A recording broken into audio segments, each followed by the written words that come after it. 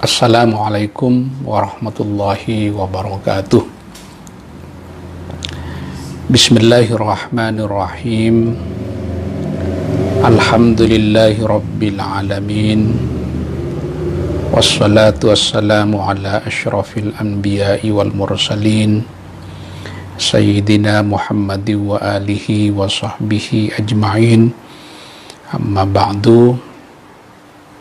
Sebelum kita mulai mengaji, terlebih dahulu kita membaca surat Al-Fatihah kepada muallif pengarang kitab Fathul Mu'in dan pengarang kitab I'anatut Talibin.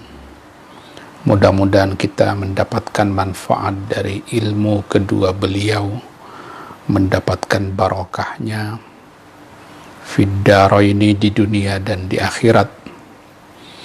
Berkirim Fatihah juga buat para orang tua kita yang telah mendahului kita. Mudah-mudahan segala dosa mereka diampuni oleh Allah dan amal ibadahnya diterima oleh Allah. Fatihah juga penting dibacakan buat jemaah pengajian yang sedang sakit, mudah-mudahan disembuhkan oleh Allah Subhanahu wa ta'ala. Ala hadhihi niyah wa likulli niyatin salihah. Al-Fatihah. A'udzu billahi minasyaitonir rajim. Bismillahirrahmanirrahim. Alhamdulillahi rabbil alamin, arrahmanir rahim, maliki yaumiddin. Iyyaka na'budu wa iyyaka nasta'in. Ihdinas siratal mustaqim. Shiratal ladzina an'amta 'alaihim ghairil maghdubi 'alaihim waladdallin. Amin.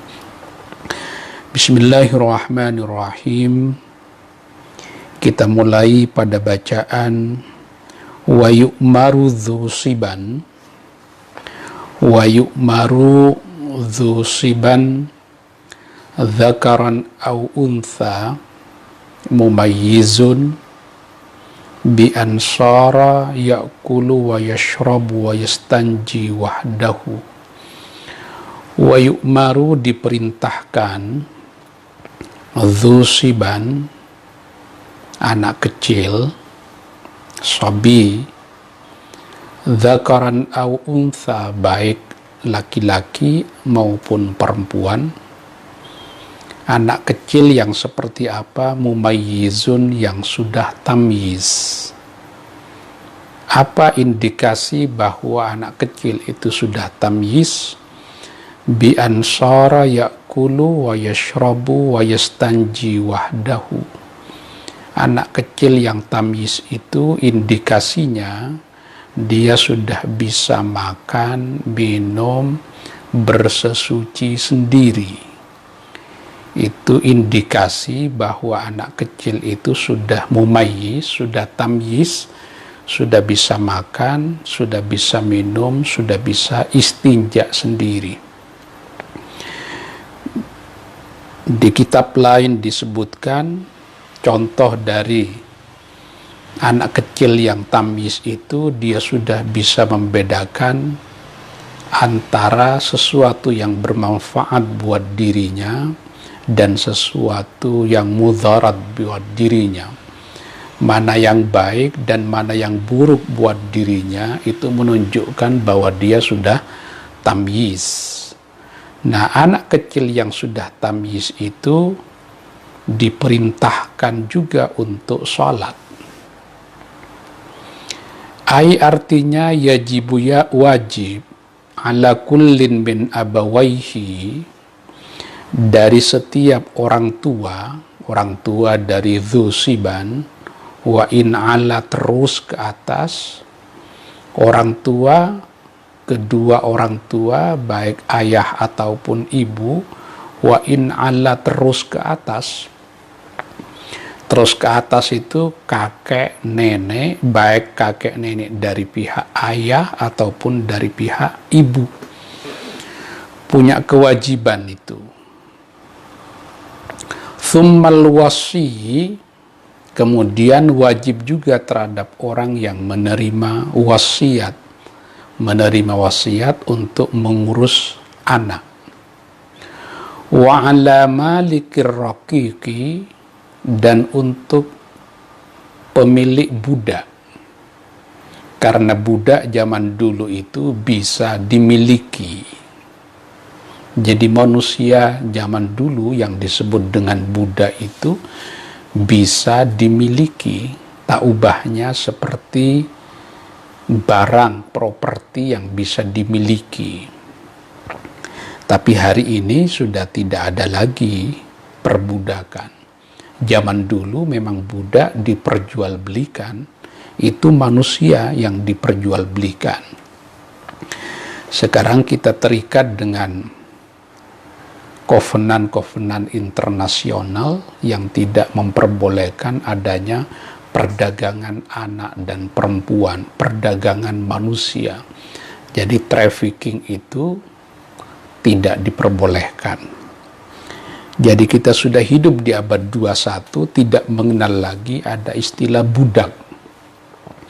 Kalau zaman dahulu ada yang disebut dengan budak dan ada pemilik budak. Ini budak dalam bahasa Indonesia, teman-teman yang ngaji dari Malaysia memiliki makna lain dari kata budak itu. Budak itu ya anak-anak, jadi maknanya positif.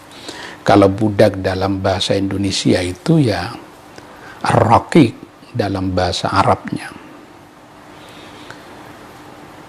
Jadi orang tua, kedua orang tua, terus ke atas kakek nenek dari kedua belah pihak, baik melalui jalur ayah ataupun jalur ibu, orang yang menerima wasiat untuk memelihara seorang anak, atau pemilik budak, wajib apa? An ya'mura biha. Jadi fa'ilnya yajibu itu an ya'mura biha. Wajib an ya'mura untuk menyuruh biha ay as-salati, untuk menyuruh salat. Jadi orang tua, orang yang menerima wasiat untuk memelihara anak, majikan dari seorang budak punya kewajiban untuk menyuruh anaknya melakukan salat. Walau qadha'an, sekalipun salat qadha. Wa bijami'i syurutiha, bukan hanya punya kewajiban untuk menyuruh anak yang sudah tamyiz itu untuk salat, tapi juga wa bijami'i syurutiha, menyuruh agar anak yang sudah mumayyiz itu untuk melaksanakan syarat-syaratnya salat. Misalnya harus wudhu. Wudhu itu syaratnya salat. Jadi bukan hanya menyuruh salat, karena kalau salat tidak ada wudhunya, ya tidak jadi salatnya. Jadi orang tua punya kewajiban untuk menyuruh anaknya melaksanakan salat. Kapan itu waktunya orang tua menyuruh untuk melaksanakan salat? Lisab'in, ketika anak itu umur 7 tahun.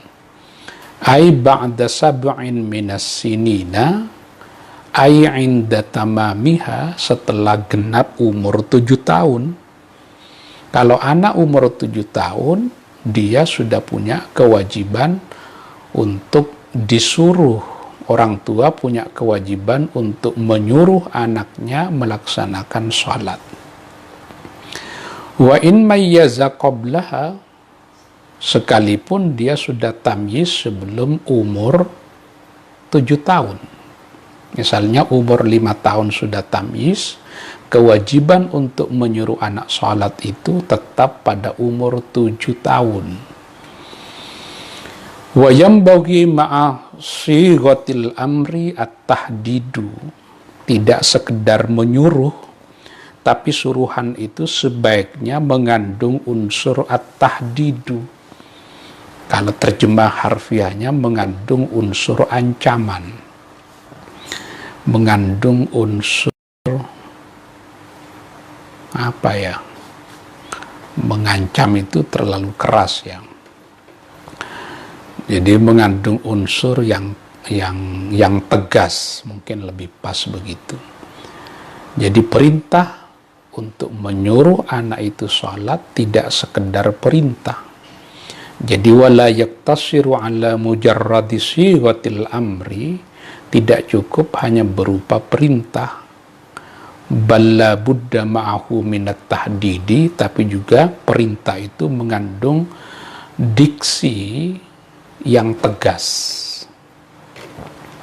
Ini kalau anak sudah umur 7 tahun, mumayyiz, maka orang tua punya kewajiban untuk menyuruh anaknya melaksanakan sholat.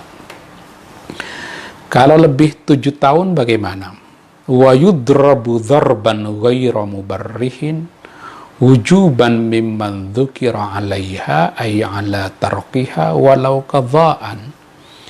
Wa yudrabu, dipukul anak kecil itu dharban ghaira mubarrihin, dengan pukulan yang tak menyakitkan. Kalau memukul, la tadribil wajha, tidak boleh memukul muka, tidak boleh memukul yang menyebabkan terjadinya kematian. Darban ghaira mubarrihin, dengan pukulan yang tak menyakitkan. Darban itu maf'ul mutlak ya. Wujuban, memukul itu wajib. Siapa yang melakukan? Mimman dzukira. Ini yang lebih bagus, bukan man dzukira, min man dzukira. Wajib bagi orang-orang yang disebutkan tadi. Siapa itu? Kedua orang tua, ayah dan ibu terus ke atas, pemilik budak, orang yang menerima wasiat. Kenapa dipukul? Alaiha ay ala tarkiha, karena meninggalkan sholat. Walau qadha'an, sekalipun sholat qadha. Jadi kalau umur 10 tahun tidak melaksanakan sholat, maka orang tua menurut kitab ini wajib memukul anaknya dengan pukulan yang tak menyakitkan. Ini kalau meninggalkan sholat. Apakah hanya meninggalkan sholat? Tidak. Au taroki syaratin min syurutiha. Ini yang lebih pas bacaannya. Au taroki syaratin min syurutiha. Bukan au taraka syaraton min syurutiha. Au taroki syaratin, ataf kepada ala tarokiha, au taroki syaratin. Bukan hanya meninggalkan sholat, meninggalkan satu syarat min syurutiha, dari syarat-syaratnya sholat. Sholat kok tidak wudu, itu meninggalkan syaratnya sholat. Kapan dipukul itu? Li ashrin, kalau dia umur 10 tahun. Ai ba'da istikmaliha, setelah berumur 10 tahun. Meninggalkan sholat itu ketika umur 10 tahun. Alastikmaliha, umur 10 tahun. Apa dasarnya itu? Lil hadis sahihi, berdasarkan hadis sahih.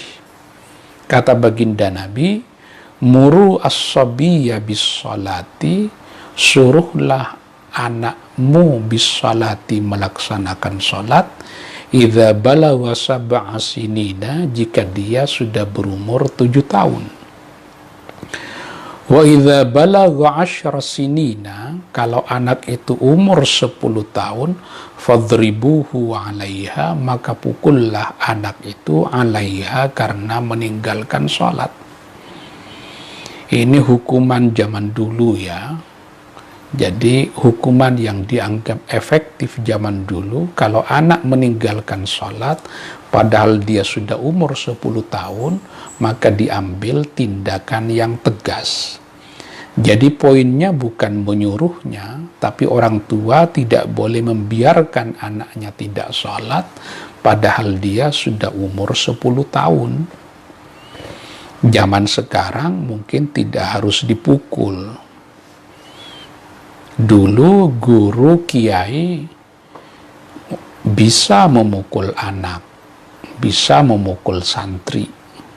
Hari ini kalau ada kiai memukul santri, itu bisa dipengadilankan.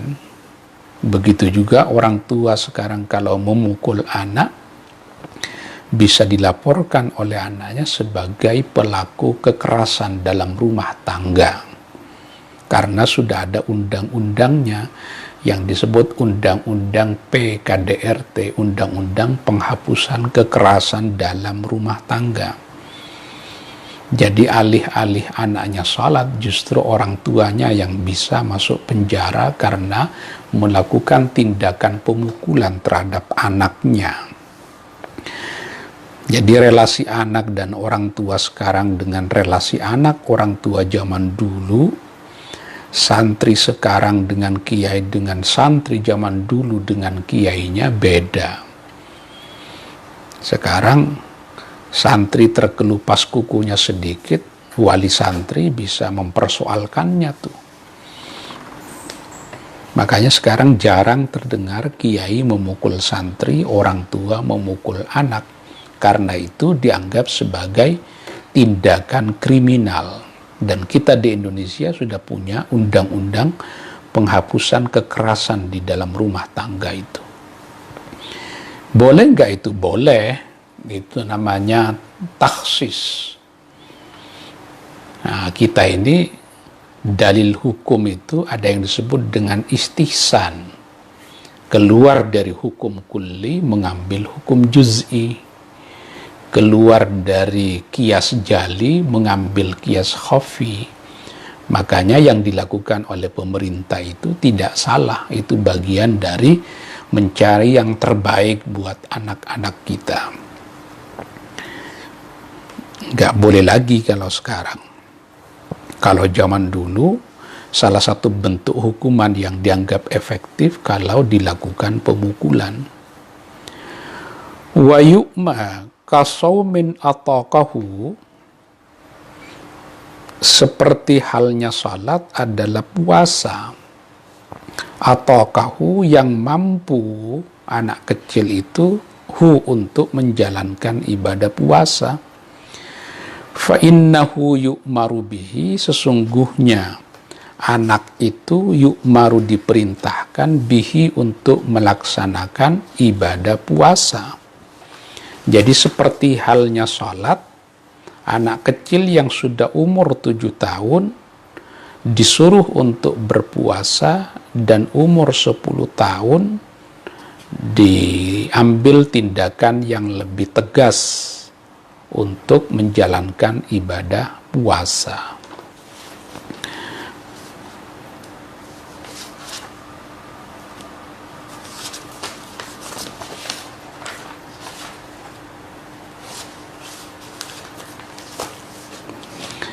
Lisab'in, karena umur 7 tahun. Jadi umur 7 tahun anak-anak itu sudah diajari untuk menjalankan ibadah puasa. Wa yudrabu alaihi li ashrin, dipukul anak yang sudah umur 10 tahun, alaihi karena meninggalkan puasa, li ashrin, umur 10 tahun tidak berpuasa, dipukul kassolati, seperti halnya sholat. Ini tindakan yang tegas. Wa hikmatu dzalika, hikmah dari itu semua, hikmah dari menyuruh anak umur 7 tahun untuk sholat dan puasa, mengambil tindakan tegas untuk anak umur 10 tahun untuk sholat dan puasa, hikmahnya adalah at-tamrinu 'alal ibadati, latihan untuk beribadah. Tujuannya apa? Liyata'awwadaha, agar ibadah itu bisa menjadi kebiasaan buat dia. Karena kalau sudah menjadi kebiasaan buat dia, fala yatrukaha, maka dia tidak akan meninggalkan salat, tidak akan meninggalkan puasa.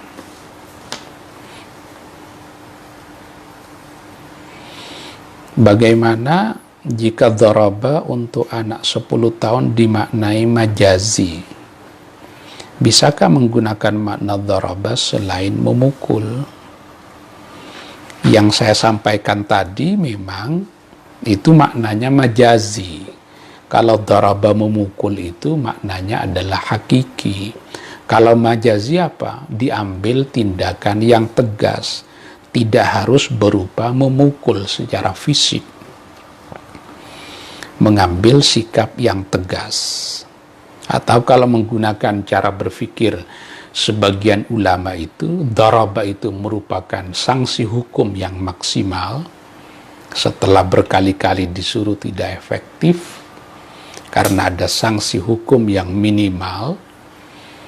Yang paling atas itu adalah memukul. Tapi lebih dari persoalan memukul, memang soal salat ini juga harus dimulai dari orang tua yang memberikan teladan terhadap anaknya untuk tidak meninggalkan salat. Salat 5 waktu terutama. Ini menunjukkan betapa pentingnya ibadah salat itu. Bahkan ketika orang sudah mau meninggal dunia, itu tetap wajib untuk melaksanakan sholat. Ini pendapatnya Imam Malik, pendapatnya Imam Syafi'i, pendapatnya Imam Ahmad bin Hanbal. La yaskutu anil mukallafi madama aqluhu thabitan walau biijra'is sholati ala qalbihi. Kewajiban sholat itu tidak gugur selama akal seseorang itu masih aktif, walaupun dengan cara sholat hanya dijalankan di dalam hati. Misalnya secara fisik sudah cukup lemah, tapi akalnya masih bisa aktif, otaknya masih aktif, maka dia tetap punya kewajiban untuk menjalankan sholat, sekalipun sholatnya hanya di dalam gerakan hati. Itu menurut madhab Syafi'i, Maliki, Hambali. Yang menarik, menurut madhab Hanafi, kata Imam Abu Hanifah, kalau kematian sudah berada di depan mata, wa'ajaza anil ima'i bi ra'sihi, dan orang itu sudah cukup lemah hanya sekedar untuk memberikan isyarah dengan kepalanya, sakata anhul fardu, maka gugur kewajiban baginya untuk melaksanakan ibadah sholat. Gugur kewajiban itu. Ini kalau kita mengikuti madhab pendapatnya Imam Abu Hanifah. Kata Imam Abu Hanifah, innaman hadarahul mautu shara fi jam'iyati qalbin ma'allahi a'azzamu min ishtighalihi bi umra'atis shalah. Kalau kematian sudah berada di depan mata, maka berasyik masuk dengan Allah itu jauh lebih penting dari persoalan menyibukkan diri dengan aktivitas menjalankan salat secara jasmani. Kok bisa begitu? Kata Imam Abu Hanifah, fasara hukmuhu hukmal waliyil majdzubi. Orang yang seperti itu kita hukumi seperti halnya kita menghukumi wali yang majdzub, ya. Wali yang sudah tidak sadar karena saking sibuknya berzikir kepada Allah, kesadarannya menjadi hilang. Yang tampak dari pandangan mata wali majdzub itu seperti orang yang sedang mengalami gangguan kejiwaan. Itu fase yang biasanya dialami oleh sebagian wali-walinya Allah untuk mencapai makom yang sempurna di dalam kewalian. Nanti kalau kewaliannya sudah sempurna, maka biasanya lebih tenang, lebih kalem, lebih konsisten di dalam menjalankan syariah. Nah, wali-wali itu tidak punya mukjizat tapi punya karamah tuh. Misalnya Abil Hasan Asy-Syadzili, salah satu karamahnya, kata Abil Hasan Asy-Syadzili, ini ada di kitab apa itu, Al-Madrasah Asy-Syadziliyah, ya. Coba dicari di sana. Kata Abil Hasan Asy-Syadzili, laula lijamus syariati ala lisani, seandainya tidak ada belenggu syariat di lisanku, la akhbartukum, niscaya akan aku informasikan kepada kalian, ma yakunu fi ghadin, apa yang akan terjadi besok, wa ma yakunu ba'da ghadin, dan apa yang akan terjadi besok lusanya, ila yaumil qiyamati, sampai hari kiamat. Itu namanya orang yang kasyaf, ya, mengetahui apa yang akan terjadi. Tapi karena Abil Hasan Asyadzili lisannya dibelenggu oleh syariat, maka tidak seluruh pengetahuannya yang diperoleh melalui kasyaf itu bisa di-share ke publik secara lebih luas. Itu tidak bisa begitu. Kalau sudah sholat, puasa sudah menjadi tradisi bagi anak yang sudah umur 10 tahun, fala yatrukaha, maka dia tidak akan pernah meninggalkan sholat. Wa bahatsal Adzra'i fi qinnin saghirin kafirin nataqa bisyahadataini. Imam Al-Adzra'i pernah membahas satu kasus, yaitu kasus seorang budak kecil yang kafir, la yu'rafu islamuhu, keislamannya tidak diketahui, tapi anak kecil ini nataqa bisyahadataini, mengucapkan 2 kalimat syahadat. Gimana tuh? Anak umur 4 tahun, anak kecil, kafir, la yu'rafu islamuhu, tidak dikenal dia sebagai anak yang Islam, tiba-tiba dia mengucapkan 2 kalimat syahadat. Kata Al-Adzra'i, annahu yu'maru nadban bis salati was sawmi. Menurut Al-Adzra'i, sunnah hukumnya menyuruh anak kecil yang sudah mengucapkan 2 kalimat syahadat itu untuk disuruh salat dan puasa. Wa yuhatsu alaihima min ghairi dharbin. Anak kecil itu diberi motivasi untuk melaksanakan salat dan puasa min ghairi dharbin, tanpa perlu dipukul. Kenapa begitu? Liya'lafal khaira ba'da bulughihi, agar dia merasa senang untuk melakukan kebaikan ba'da bulughihi, setelah dia balik. Setelah dia balik menjadi terbiasa.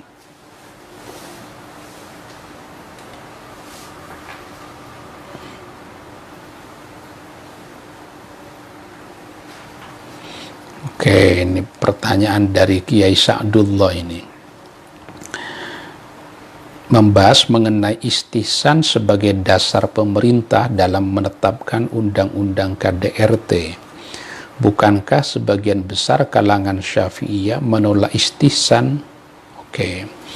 Memang istihsan ini bukan menjadi andalan utama di dalam usul fikih Syafi'i, tapi istihsan ini dipakai di dalam usul fikih Maliki. Tapi memang ada 4 sumber hukum yang disepakati. Yang pertama Al-Quran, As-Sunnah, Qiyas, Ijma', dan Qiyas. Ini disepakati. Al-Muttafaq alaiha, sumber hukum yang disepakati. Tapi ada 6 sumber hukum lain yang al-mukhtalaf fiha, yang diperselisihkan. Salah satunya ya istihsan. Sebenarnya istihsan itu adalah qiyas, atau istihsan itu adalah takhsis, keluar dari hukum kulli mengambil hukum juz'i, keluar dari qiyas jali mengambil qiyas khafi, karena ada sesuatu yang dipandang lebih baik dari bunyi teks itu. Ini perdebatan metodologis, ya, apakah kita bisa berhujjah dengan istihsan atau tidak. Misalnya memukul istri, itu ada nasnya di dalam Quran kalau kita artikan secara harfiah. Tapi di Indonesia memukul istri itu tindakan kriminal karena ada undang-undang penghapusan kekerasan di dalam rumah tangga.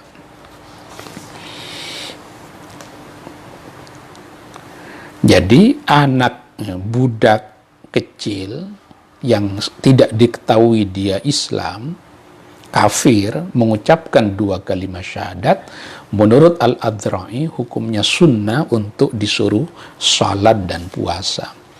dimotivasi untuk sholat dan puasa tanpa dipukul, agar dia punya kebiasaan untuk menyukai kebaikan. Wa in abal qiyasu dzalika, sekalipun kalau menggunakan dasar kias analogi itu nggak bisa diterima tuh. Kenapa? Karena anak kecil ini kan masih kemungkinan dia kafir. Dia tidak mengerti apa yang dia baca. Kenapa anak kecil yang kafir ini dikiaskan kepada anak kecil yang lahir di dalam lingkungan keluarga muslim? Itu yang dimaksud wa in abal qiyasu dzalika. Kok kayaknya nggak benar kalau menggunakan dalil qiyas tuh. Intaha, penjelasan berhenti sampai di sini. Wa yajibu aidzan ala man marra nahyuhu 'anil muharramati. Wajib juga bagi orang-orang yang telah disebut sebelumnya. Siapa itu? Orang tua, ayah, ibu terus ke atas, al-wasi yang menerima wasiat, pemilik budak. Wajib apa? Nahyuhu 'anil muharramati, melarang anak kecil itu untuk melarang anak kecil itu dari melakukan perbuatan-perbuatan yang haram. Ala man marra nahyuhu 'anil muharramati, dilarang untuk melakukan perbuatan-perbuatan yang haram. Wa ta'limuhu al-wajibati, juga wajib kepada orang tua untuk mengajari anak al-wajibati, diajari apa? Hal-hal yang wajib baginya. Wa nahwaha, dan seperti halnya al-wajibat. Jadi al-wajibati itu maf'ul bih dari ta'limu. Itu masdar yang ya'malu amala fi'lihi. Jadi al-wajibati dibaca nasab. Nasabnya dengan kasrah karena jamak mudzakkar salim. Jamak muannas salim. Wa nahwaha, juga diajari hal-hal yang serupa dengan wajibat. Min sa'iris syara'i dzahirati, dari syariat-syariat yang sudah dikenal luas oleh publik. Apa itu syariat yang sudah dikenal luas oleh publik? Itu diajarkan juga kepada anak kita. Bahkan di sini walau sunnatan kasiwakin, seperti halnya sekalipun sunnah seperti siwak. Kalau kita kan sikat gigi ya, sikat gigi itu sudah memenuhi dari tujuan siwak. Nah, yang dipakai oleh Nabi kan kayu siwak, itu bunyi nasnya itu yang dipakai Nabi kayu siwak. Tapi tujuannya kan untuk membersihkan gigi. Makanya dengan sikat gigi maka tercapai tujuan Nabi untuk menjaga kebersihan dari gigi. Itu namanya bagian dari memahami nas dari sudut maqasidnya, tujuannya apa. Wa amruhu bidzalika wa yajibu aidzan ala man marra nahyuhu wa ta'limuhu wa amruhu bidzalika, dibaca amruhu. Wa amruhu bidzalika, juga untuk tidak sekedar ngajari anak mengenai kewajiban, anak itu juga diperintahkan untuk melaksanakan kewajiban itu. Bukan hanya diajari secara kognitif mengenai hukum salat, tapi orang tua punya kewajiban untuk menyuruh anaknya melaksanakan sholat. Malam ini banyak pertanyaan ya.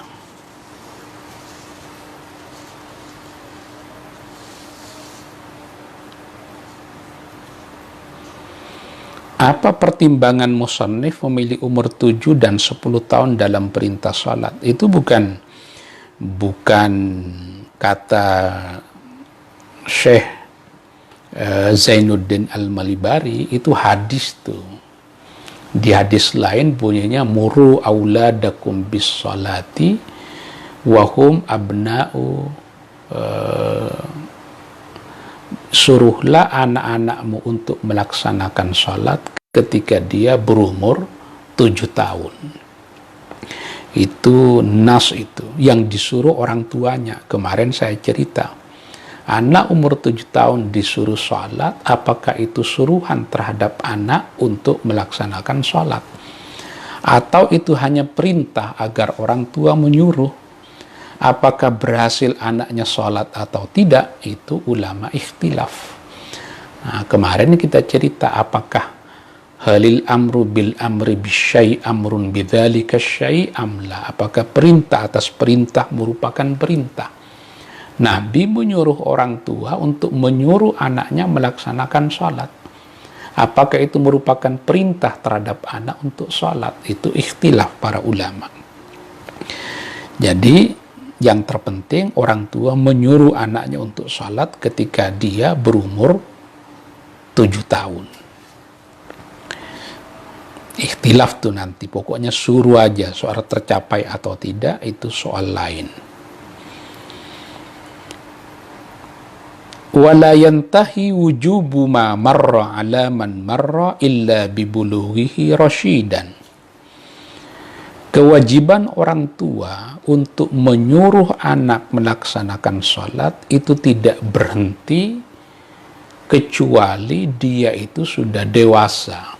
Kalau sudah dewasa, maka tanggung jawab ada pada individu anak yang sudah dewasa itu. Tidak lagi disebut anak sebenarnya. Kalau dia sudah balighan, aqilan, rasyidan, baru kemudian orang tua sudah berhenti untuk tidak melaksanakan yang tadi diperintahkan. Misalnya anaknya sudah berumur 20 tahun, anaknya umur 25 tahun, anaknya umur 30 tahun. Maka tanggung jawab orang tua untuk menyuruh anaknya melaksanakan sholat dan puasa sudah berhenti karena mereka sudah dewasa. Fa ujratu ta'limihi dzalika kal Qur'ani wal adabi fi malihi. Sekarang biaya untuk pendidikan anak itu dari mana tuh? Biayanya diambil. Fa ujratu ta'limihi, biaya pendidikan anak. Kal Qur'ani seperti belajar baca Quran, wal adabi belajar etika, itu diambilkan dari mana? Fi malihi ay fi malis sabiyi, diambilkan dari harta anak itu. Anak itu bisa memiliki harta ya. Jangankan anak yang sudah mumayyiz, anak umur 1 tahun itu bisa memiliki anak, bisa memiliki harta. Itu yang disebut dengan di dalam teori usul fikih disebut dengan ahliyatul wujub. Jadi ada istilah ahliyatul wujub, cakap hukum. Ada istilah ahliyatul ada, cakap bertindak. Anak kecil umur 1 tahun itu memiliki ahliyatul wujub, cakap bertindak. Dia bisa menerima warisan. Dia bisa menerima harta yang diwasiatkan. Karena itu jika anak itu kaya, maka biaya pendidikan yang terkait dengan dirinya pertama-tama diambilkan fi malihi, pada hartanya. Fi malihi itu jadi khabar ya dari fa ujratu ta'limihi dzalika kal Qur'ani wal adabi fi malihi, diambilkan dari harta anak itu. Thumma ala abihi, kemudian diambilkan dari harta ayahnya. Thumma ala ummihi, kemudian ibunya. Ini ada pertanyaan dari Pak Nanang Syaifullah, Kalimantan, jauh sekali. Adakah sanksi hukum bagi karyawan level pengawas atau pemimpin tim pekerja yang tidak sholat dan puasa karena pekerjaan yang dianggap berat? Ya. Jadi sholat ini memang tidak bisa ditinggal, merupakan kewajiban. Hanya kadang kalau ditinggalkannya dengan alasan, dengan ada alasan atau tidak ada alasan, punya kewajiban untuk qadha. Untuk mengqadha salat itu ada nasnya tuh. Makanya di dalam teori ushul fikih disebut al-qadha'u bi amrin jadidin. Qadha itu harus merupakan perintah baru. Kita disuruh oleh Allah untuk melaksanakan sholat duhur, itu ada waktunya. Bagaimana kalau kita tidak sholat duhur di dalam waktu yang telah ditetapkan oleh Nabi itu? Nah, itu ada perintah baru untuk mengqadha puasa yang gagal dilaksanakan di dalam waktunya. Kata Nabi, man nasyas sholata falyusalliha idza dzakaraha. Orang yang lupa tidak melaksanakan sholat, maka dia harus sholat ketika dia ingat. Itu namanya wajib untuk mengqadha sholatnya. Jadi ada qadha sholat, ada qadha puasa juga. Bahkan di dalam kitab-kitab disebutkan seperti halnya sholat, maka puasa juga bisa diqadha tuh. Siti Aisyah itu pernah menjelaskan mengenai satu kasus. Bagaimana kalau ada orang meninggal dunia, sebelum meninggal karena ini lagi bulan Ramadan, dia tidak melaksanakan puasa Ramadan. Kata Siti Aisyah berdasarkan hadis Nabi, man mata wa alaihi siyamun shama anhu waliyuhu. Barang siapa yang mati padahal punya kewajiban puasa baginya, sebelum mati dia tidak berpuasa Ramadan, shama anhu waliyuhu, maka dia puasanya diganti oleh ahli warisnya. Jadi ahli warisnya wajib mengganti.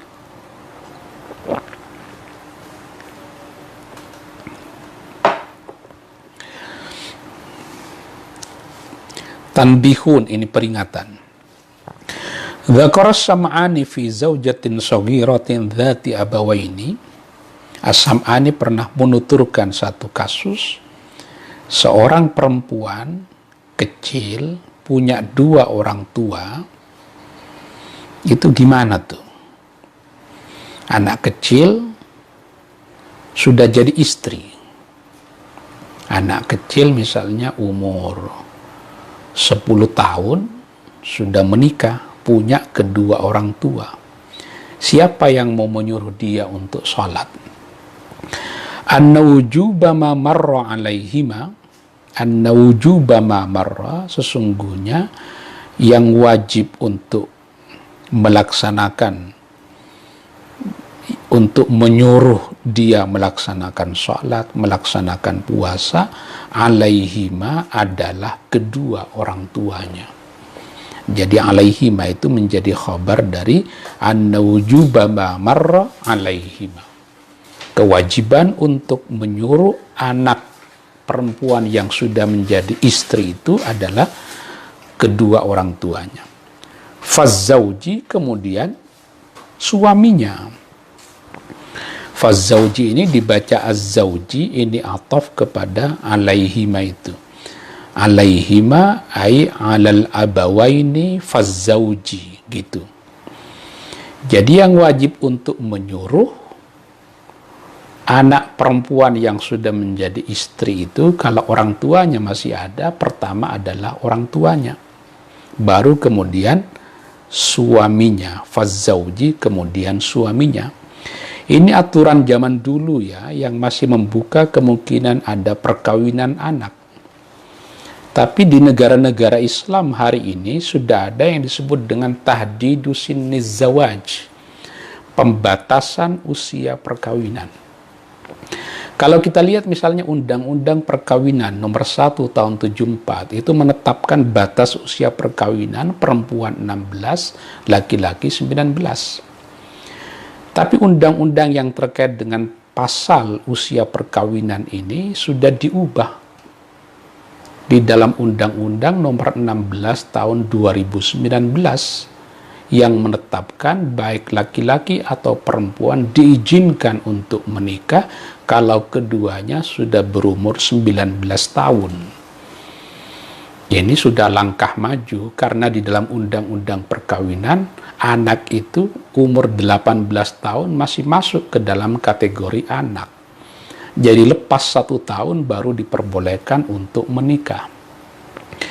Ini batas usia perkawinan ini beda-beda setiap negara. Ada yang 18 tahun seperti Malaysia misalnya. Bahkan kalau tidak keliru Aljazair menetapkan bahwa laki-laki itu boleh menikah kalau umur 21 tahun, perempuannya umur 18 tahun. Jadi dunia modern sudah mengenal adanya batas usia perkawinan. Nah, di kitab ini gambarannya zaman dulu ketika ada anak umur 9 tahun dinikahkan oleh kedua orang tuanya, belum mengerti mengenai sholat misalnya, siapa yang punya kewajiban untuk menyuruh dia untuk sholat? Yang pertama adalah kedua orang tuanya, kalau tidak ada baru kemudian suaminya. Jadi jangan mikir yang macam-macam lagi sekarang. Karena sudah pemerintah mengeluarkan ketetapan mengenai batas usia perkawinan. Itu namanya Al-Qanun Al-Wadha'i, hukum positif yang sudah berlaku di dalam sebuah negara, itu mengikat kepada seluruh warga negara itu. Nah, kita sudah mengenal ada batas usia perkawinan ini. Wa qadhiyatuhu wujubu darbiha walau fil kabirati kama sarraha bihi Jamalul Islam Al-Bizri. Wa qadhiyatuhu, ini tuntutannya, pokok perkaranya itu wujubu darbiha, wajib memukul istri yang tidak melaksanakan sholat itu, walau fil kabirati, walaupun dia sudah dewasa, bisa dipukul. Kama sarraha bihi Jamalul Islam Al-Bizri, ini dinyatakan secara sharih oleh Jamalul Islam Al-Bizri. Ini zaman dulu boleh memukul istri kalau tidak melaksanakan sholat. Itu bukan satu-satunya pendapat tapi ya. Qala Syekhuna, berkata guru kami Ibnu Hajar Al-Haytami, wa huwa zahirun, apa yang dinyatakan oleh Jamalul Islam itu sudah cukup terang, illam yakhsha nusuzan, boleh memukul kalau tidak khawatir istrinya nusus. Artinya apa? Kalau khawatir istrinya nusus, maka suami tidak boleh memukulnya.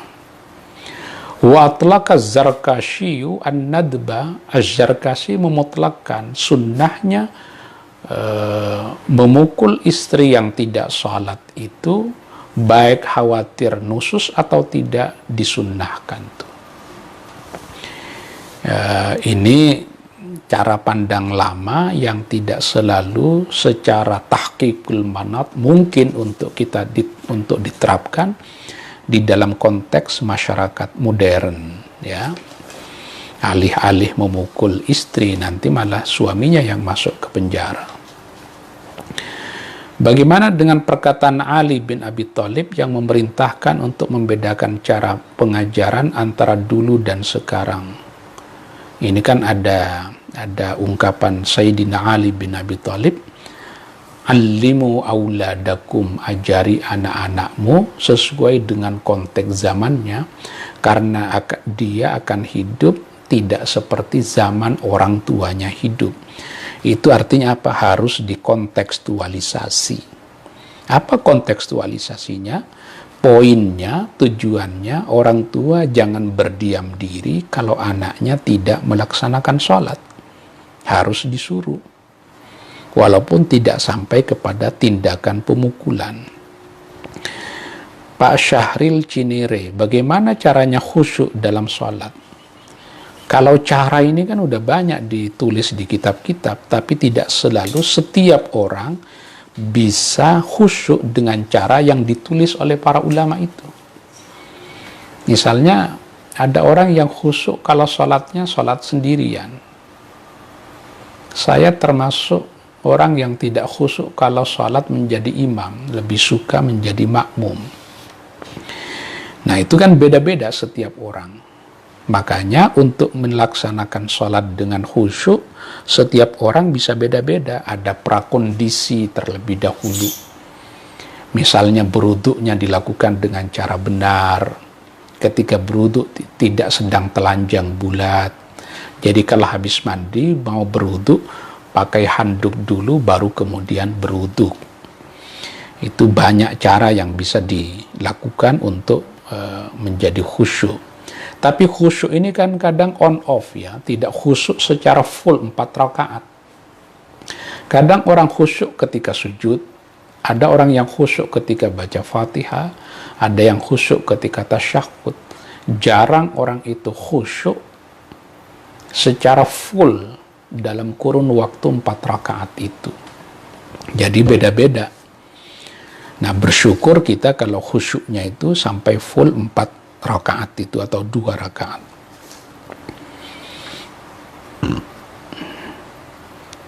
Bagaimana cara sholat saat kondisi sibuk? Apakah boleh sholat gerak dalam hati?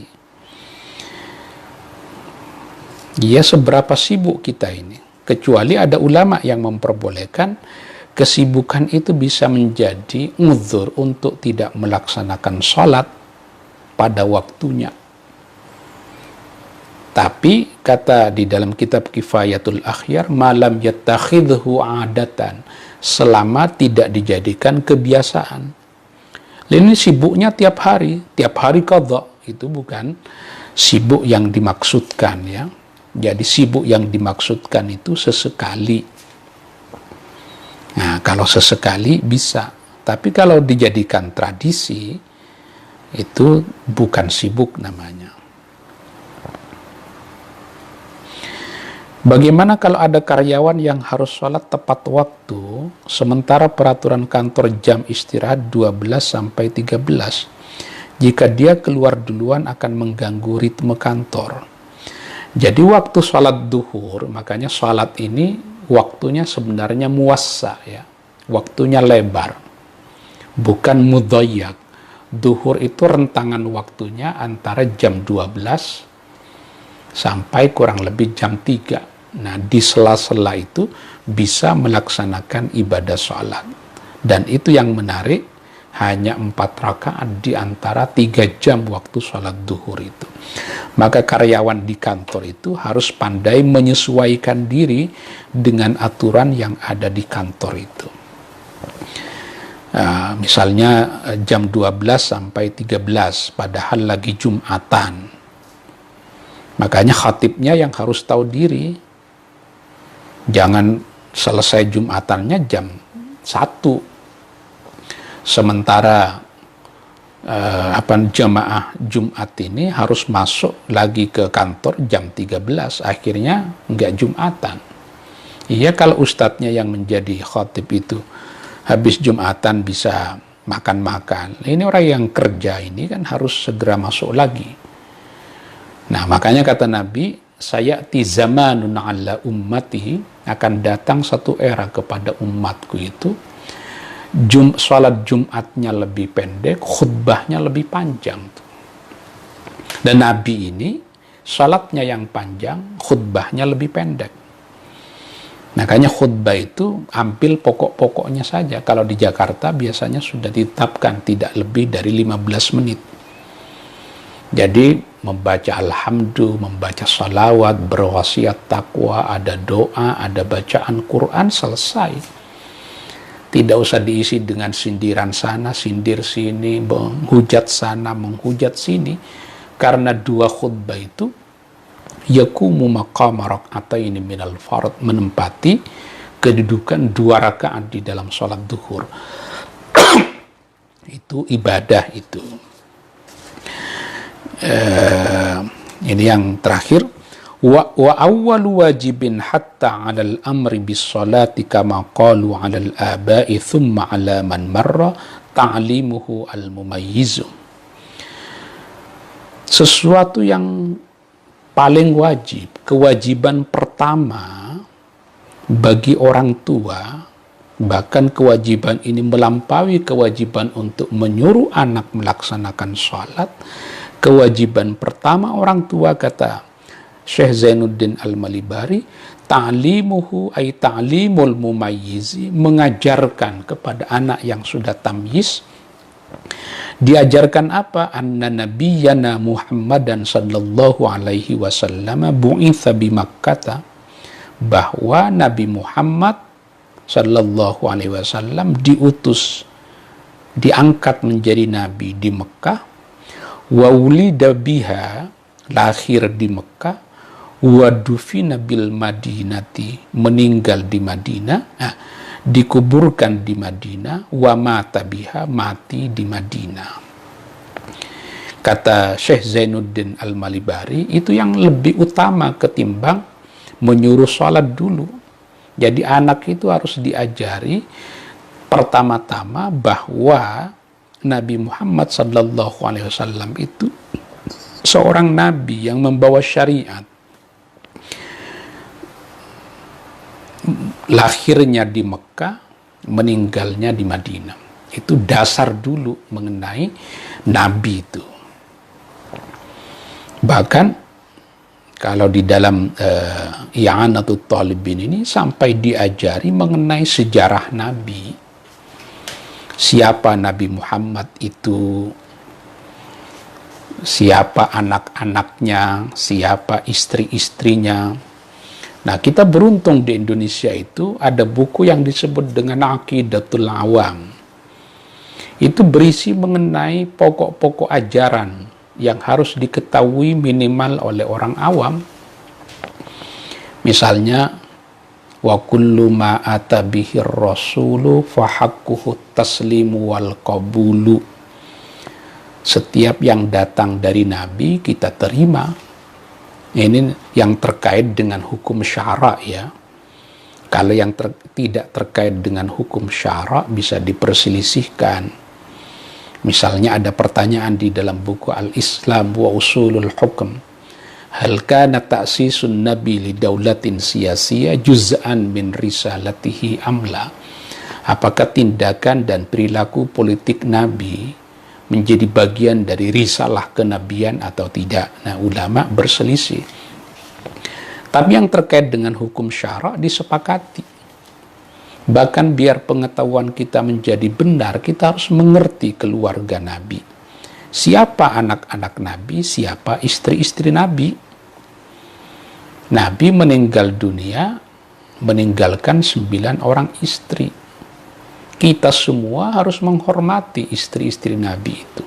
Kenapa kita harus menghormati istri Nabi itu? Wa azwajuhu ummahatuhum. Istri Nabi ini adalah ibunya umat Islam. Masa kita mencaci maki ibunya umat Islam? Nah, kita tidak boleh mencaci maki istrinya para nabi. Seluruhnya kita hormati. Khadijah, Saudah, Aisyah, Sofia. Itu kalau di Aqidatul Awam kan diajari itu. Ketika Nabi meninggal dunia, Aisyatun wa Hafsatu wa Saudah, Sofiyatun Maimunatun wa Ramla, Hindun wa Zainabun kada Juwairiyah lil mu'minina ummahatu mardiyah. Itu istri-istri Nabi. 9 orang setelah Nabi meninggal, janda semuanya ini tidak ada yang boleh menikahi istri Nabi. Haram wa hurrima dzalika 'alal mu'minin, diharamkan untuk dinikahi oleh umat Islam. Janda Nabi itu enggak boleh dinikahi oleh umat Islam. Nanti ada yang nanya, bagaimana hukumnya santri menikahi janda kiainya? Ada ulama yang berkata itu makruh. Makruh diserupakan dengan haramnya menikahi istri Nabi. Maka menikahi janda kiai, ustadz, gurunya itu makruh. Kalau Nabi haram. Itu bedanya ya. Harus ngerti juga, kata Abi Bakar Syatto Ad-Dimyati, siapa anak-anak Nabi. Anak Nabi ada 7 kan, 6 lahir dari rahim Khadijah, 1 lahir dari Maria Al-Qibtiyah. Ini perempuan dari Mesir, beragama Kristen Koptik pada mulanya, kemudian masuk Islam, dan Nabi punya anak dari Maria Al-Qibtiyah ini. Menarik, oleh Nabi namanya tidak diganti menjadi Maryam, tetap saja namanya Maria, bukan Maryam. Maria Al-Qibtiyah. Disematkan Qibtiyah karena beragama Kristen Koptik pada mulanya hingga kemudian masuk Islam. Ada juga budak perempuan Nabi namanya Royhana. Kalau sekarang kita menyebutnya bisa Rehana kan. Itu beragama Yahudi hingga akhirnya dengan keputusan dia sendiri masuk menjadi Islam. Nah, kita menghormati seluruh keluarga Nabi ini, tidak membedakan satu dengan yang lain. Ada putri Nabi, ada, kalau yang laki kan Nabi itu anaknya ada yang Qasim, ada yang bernama Abdullah yang dijuluki sebagai At-Tahir At-Tayyib. Itu yang Abdullah. Makanya Nabi anak pertamanya adalah Qasim disebut dengan Abul Qasim itu. Ada Zainab, ada Ruqayyah, ada Ummu Kulthum, ada Fatimah Az-Zahra. Siapa namanya? Ruqayyah dengan Ummul Kulthum dinikahi oleh Utsman bin Affan. Makanya Utsman bin Affan disebut Dzu An-Nurain, yang memiliki dua cahaya karena menikahi dua putri Nabi. Ada Zainab tuh. Zainab itu putri Nabi, nanti ada yang menjadi nama Zainab juga tapi istri Nabi. Zainab bintur Rasul itu dinikahi oleh Abul As. Abul As itu siapa? Abul As itu adalah anak dari Halah bintu Khuwailid. Siapa Halah bintu Khuwailid? Halah ini adalah saudari kandung dari Khadijah bintu Khuwailid. Jadi sepupu sebenarnya antara Zainab dengan Abul As. Tapi menantu yang Nabi yang satu ini unik, karena Abul As ini ikut memerangi Nabi di dalam peperangan Badar dan Uhud, hingga akhirnya nanti Abul As ini masuk Islam 3 tahun sebelum Nabi wafat. Ini ada di dalam kitab Al-Bidayah wa Nihayah yang ditulis oleh Ibnu Katsir.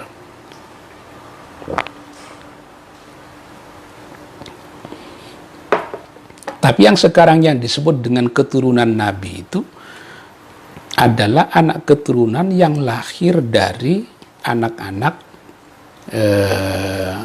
Fatimah Az-Zahra melalui perkawinannya dengan Ali bin Abi Thalib.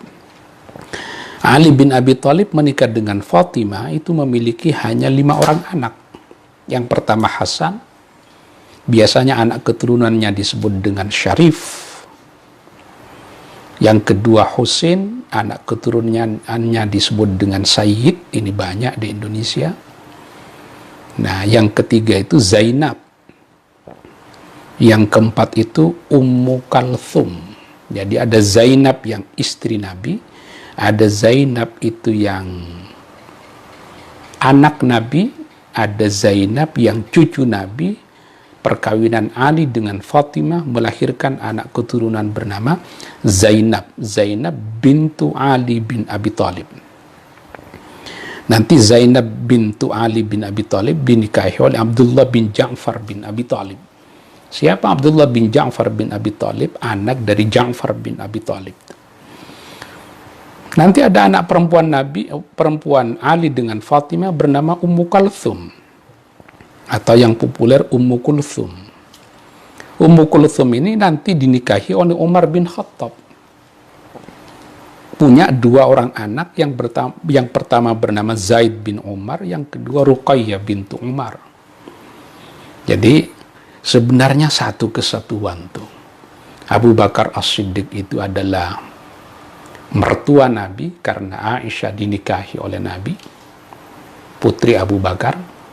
Kemudian yang Umar bin Khattab itu adalah mertua Nabi karena Hafsah bintu Umar itu dinikahi oleh Nabi.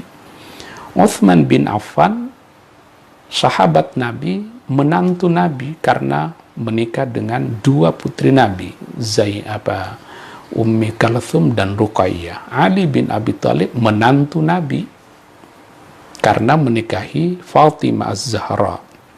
Hanya anak keturunan Nabi yang melalui jalur Fatimah ini berkembang cukup luas ya, yang sekarang disebut dengan Dzurriyyatur Rasul. Karena pernikahan Zainab dengan Abul As, itu anak keturunannya banyak yang terputus. hanya melahirkan 2 orang anak kalau tidak keliru. Jadi ini harus diketahui oleh umat Islam, sejarah Nabi yang pokok-pokok ini. Tapi kalau yang detail-detail, yang nggak usah. Misalnya tuh, siapa tukang cukur rambut Nabi? Itu kalau ditanya ke anak ibtidaiyah, sanawiyah, aliyah, belum tentu tahu. Tapi kalau kita baca buku sejarah yang tebal, kita tahu namanya Abu Zam'ah misalnya. Coba sekarang siapa yang menguburkan jenazah Nabi? Siapa yang memandikan jenazah Nabi? Itu baca di dalam Al-Kamil Fit Tarikhnya Ibnul Athir ada tuh. Siapa yang mensolati Nabi? Itu baca di dalam buku-buku sejarah yang tebal. Itu menarik, yang menguburkan Nabi itu tidak ada tuh tokoh-tokoh besar seperti Abu Bakar, Umar, itu nggak ada. Karena yang menguburkan jenazah Nabi itu Al-Abbas paman Nabi, Ali bin Abi Thalib, Fadl bin Abbas, Usama bin Zaid. Siapa yang memandikan jenazah Nabi? Ali, Al-Abbas, Fadl bin Abbas, Qatham bin Abbas, Usama bin Zaid. Di mana itu Abu Bakar As-Siddiq, Umar bin Khattab, dan sahabat besar lainnya? Abdullah bin Zubair, Zubair bin Awam. Di mana itu? Ubadah bin Samit. Teman-teman yang pernah nyampe ke Madinah, ini kan Masjid Nabawi nih. Itu di ujungnya itu ada yang sekarang menjadi kayak kebun kurma kecil di depan Masjid Nabawi. Itu yang dahulu yang disebut dengan Saqifah Bani Sa'idah. Di situ para sahabat yang tidak menjadi bagian dari yang mengurusi jenazah Nabi ini berdiskusi mengenai siapa yang akan menjadi pengganti Nabi, bukan sebagai Nabi, tapi sebagai kepala negara di Madinah. Jadi ada yang mengurusi jenazah Nabi, itu keluarga, paman Nabi, sepupu Nabi, Ali bin Abi Thalib, Fatimah Az-Zahra, itu mengurusi jenazah Nabi. Di tempat lain, di perkampungan Saqifah Bani Sa'idah, mengurusi kepemimpinan politik Nabi itu. Tapi yang menarik itu, kalau kita baca sejarah tuh, ini Nabi kan meninggalnya di bilik Aisyah. Kalau kita baca Al-Kamil Fit Tarikh, itu kenapa dimandikannya di daerah Kuba. Nah, Kuba itu kan agak jauh dari Masjid Nabawi itu. Di sumur kepunyaan Sa'id bin Juthamah, di situ Nabi dimandikan, agak jauh tuh. Persoalan teknisnya bagaimana, apakah karena tidak ada air di situ, saya tidak tahu. Tapi akhirnya Nabi dikuburkan di bilik dari Aisyah, putri Abu Bakar, istri Nabi Sallallahu Alaihi Wasallam. Sudah jam 9:30 ya. Ini agak panjang jadinya karena cerita mengenai sirah nabawiyah yang terakhir ini. Anak-anak kita harus diajari mengenai sirah nabawiyah ini. Paling tidak pokok-pokoknya. Jangan sampai nanti ada pertanyaan ujian, di mana Rasulullah lahir? Ada yang menjawab di rumah sakit. Nah, itu namanya orang tua tidak ngajari anaknya. Bayangannya ada rumah sakit seperti saat ini. Mudah-mudahan pertemuan malam ini ada guna, ada manfaatnya. 3 hari lagi mungkin kita sudah Idul Fitri. Saya tidak tahu apakah masih terbuka kemungkinan untuk dibuka pengajian sekali lagi atau tidak. Tapi yang jelas besok di off dulu biar istirahat. Yang kuotanya sudah habis bisa beli lagi untuk dipersiapkan pada hari Kamis, insya Allah kalau ada waktu kita ngaji kembali lagi akan membahas mengenai faslun fi syurutis sholati, fasal mengenai syarat-syarat sholat. Kurang lebihnya mohon maaf. Hadanallahu wa iyyakum ajma'in, wallahul muwaffiq ila aqwamit thoriq. Wassalamualaikum warahmatullahi wabarakatuh.